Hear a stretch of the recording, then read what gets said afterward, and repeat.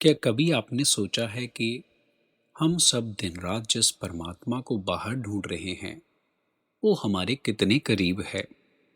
आज का सत्संग सिर्फ एक प्रवचन नहीं बल्कि सीधे रूह को जगाने वाली आवाज थी। आज बाबा जी का रूप बेहद सख्त था, बातें बहुत कड़वी थी, लेकिन हर एक शब्द में वो कड़वाहट सच थी जो हमारे आंखें खोलने के लिए जरूरी है। अगर आप भी दुनिया के मोह और दिखावे में उलझे हैं तो अगले कुछ मिनट आपकी सोच बदल देंगे।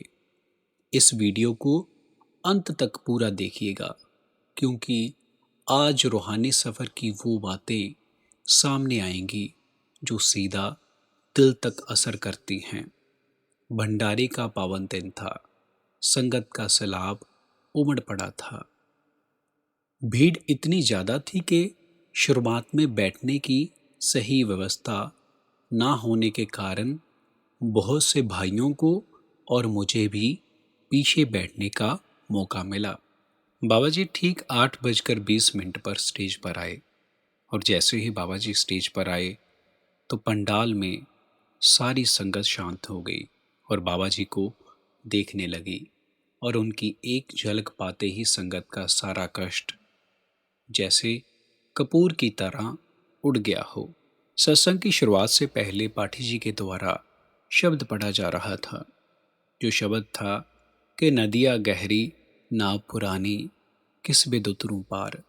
उसके बाद बाबा जी ने तीसरी पातशाही जी की बाणी के ऊपर सत्संग फरमाया, जो कि 1 घंटे 20 मिनट तक चला। और ये बाणी थी, हर की पूजा दुर्लभ है संतो।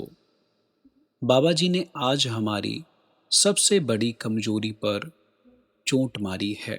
उन्होंने कहा है कि भक्ति तो हम सब करते हैं, पर हमें सही रास्ते की पहचान नहीं है। दुनिया के अलग अलग देशों में, सभ्यताओं में मालिक तक पहुंचने के तरीके अलग अलग जरूर हो सकते हैं, लेकिन मंजिल एक ही है। आज इंसान की हालत ये हो गई है कि उसने घर परिवार की भौतिक चीज़ों को बांट लिया है। उस चीज़ को भी बांट कर बैठ गए हैं जो कभी बांटी नहीं जा सकती। हमने मालिक को भी मजबों और दीवारों के जरिए अलग अलग हिस्सों में बांट दिया। जैसे 4 बर्तनों में भरा पानी अलग अलग नहीं होता, वैसे ही राम, अल्लाह या फिर भगवान कहने से अकाल पुरख नहीं बदल सकता, वो नहीं बट सकता। बाबा जी ने बेहद खूबसूरत मिसाल दी। उन्होंने कहा कि जब माता पिता बच्चे को जन्म देते हैं तो उसे एक नाम देते हैं ताकि दुनिया में उसकी पहचान बन सके। माँ अपने बच्चे को दुलार में आई कई नामों से पुकारती है, लेकिन माँ का प्यार उन शब्दों में नहीं बल्कि उस बच्चे के बावजूद है, उसके वजूद से है। उसी तरह हम मालिक को किसी भी नाम से पुकारें, उसे कोई फर्क नहीं पड़ता। रिश्ता उस रचिता से है, शब्दों से नहीं। बाणी में भी कई नामों और कई चिन्हों के बारे में बताया गया है जो हमें मालिक के साथ जोड़ते हैं।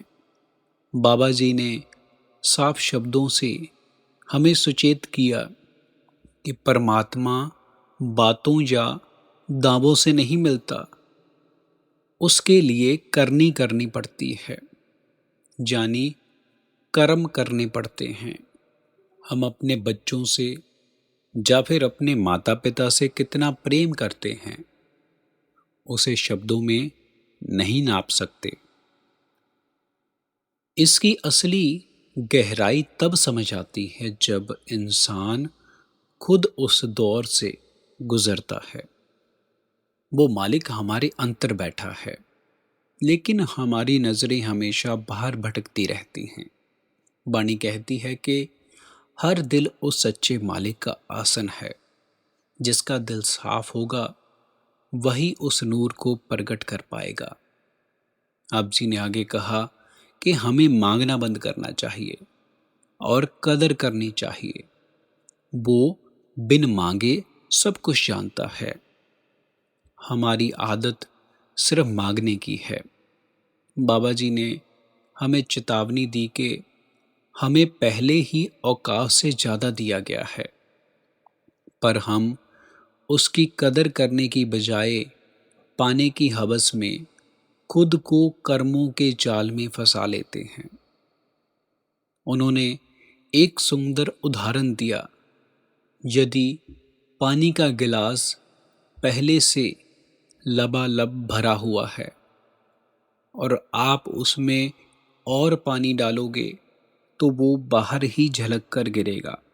इसलिए मालिक के सामने इच्छाओं की झोली फैलाना बंद करें। जो मिला है उसका शुक्राना अदा करें। ईश्वर की महिमा अनंत है।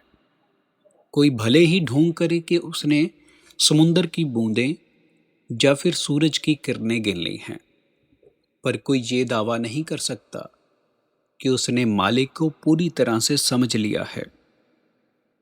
यह तो गूंगे को गुड़ खिलाने के जैसा है।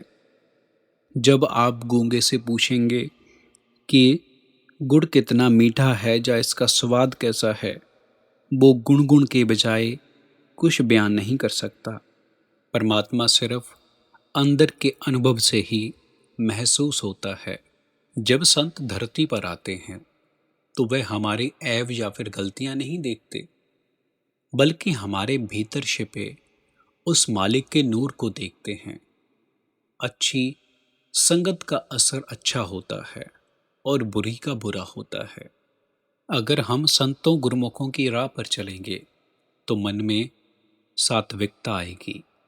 बाबा जी ने ये भी साफ किया कि सिर्फ किसी के पैर छू लेना या फिर धार्मिक स्थानों पर माथा टेक लेना सच्ची भक्ति नहीं है। हम दुनिया को धोखा दे सकते हैं, खुद को छलावा दे सकते हैं, लेकिन वो अंतर्यामी हमारी रग रग से वाकिफ है। बाइबल की शुरुआत में आता है, the beginning was the word, word is God and God is the word.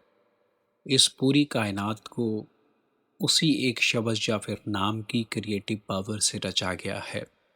जब तक हमारी रूह उस आंतरिक शब्द से नहीं जुड़ेगी तब तक हम इस संसार में बिखरे रहेंगे। जैसे गंदे कपड़े का मैल साधारण साबुन से ना छूटे तो धोबी भी हाथ खड़े कर देता है। फिर उस कपड़े को हम ललारी के पास लेकर जाते हैं और वो उस पर एक गहरा गूढ़ा रंग चढ़ा देता है, जिससे वो दाग छिप जाते हैं। उसी तरह जब हमारी आत्मा पर मालिक के नाम का गूढ़ा रंग चढ़ता है, तब इस दुनिया के सारे झूठे रंग और तमाशे अपने आप उस नाम के आगे फीके लगने शुरू हो जाते हैं। सत्संग के अंत में बाबा जी ने पहले पातशाही के समय की एक साखी सुनाई। एक प्रजापति राजे ने गुरु साहब को अपना राजपाट और खुद को सौंपना चाहा। तब गुरु साहब ने कहा, राजन, वह चीज अर्पण करो जो सच में तुम्हारी अपनी हो। ये राजपाट और शरीर तो उस मालिक की अमानत है। तब राजे को समझ आया कि इंसान की अपनी कमाई सिर्फ उसकी मैं और मेरी यानी उसका अहंकार है। बाबा जी ने कहा कि हमें अपनी जिंदगी की दिशा बदलनी होगी। दिन भर मेरा घर, मेरा बच्चा, मेरा काम करके हमने अपने दायरे को बहुत छोटा कर लिया है। धार्मिक ग्रंथों को सिर्फ पढ़ लेना या फिर उनकी परिक्रमा कर लेना ये काफ़ी नहीं है।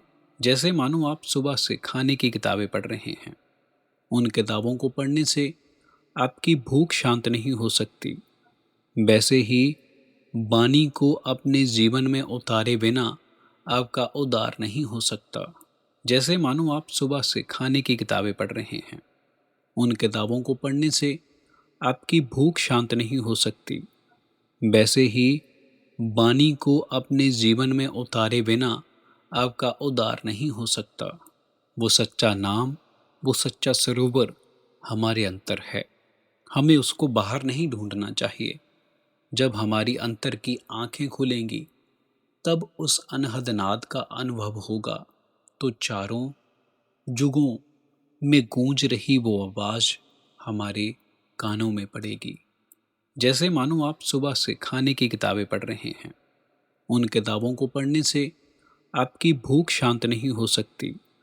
वैसे ही वाणी को अपने जीवन में उतारे बिना आपका उद्धार नहीं हो सकता। वो सच्चा नाम, वो सच्चा सरोवर हमारे अंदर है। हमें उसको बाहर नहीं ढूंढना चाहिए। जब हमारी अंतर की आंखें खुलेंगी, तब उस अनहद नाद का अनुभव होगा। तो चारों जुगों में गूंज रही वो आवाज हमारे कानों में पड़ेगी। तो भाइयों और बहनों, आज के सत्संग का सीधा और सच्चा निचोड़ यही है कि उस मालिक की रजा में रहना और जो मिला है उसका दिल से शुक्राना करना ही सबसे बड़ी पूजा है।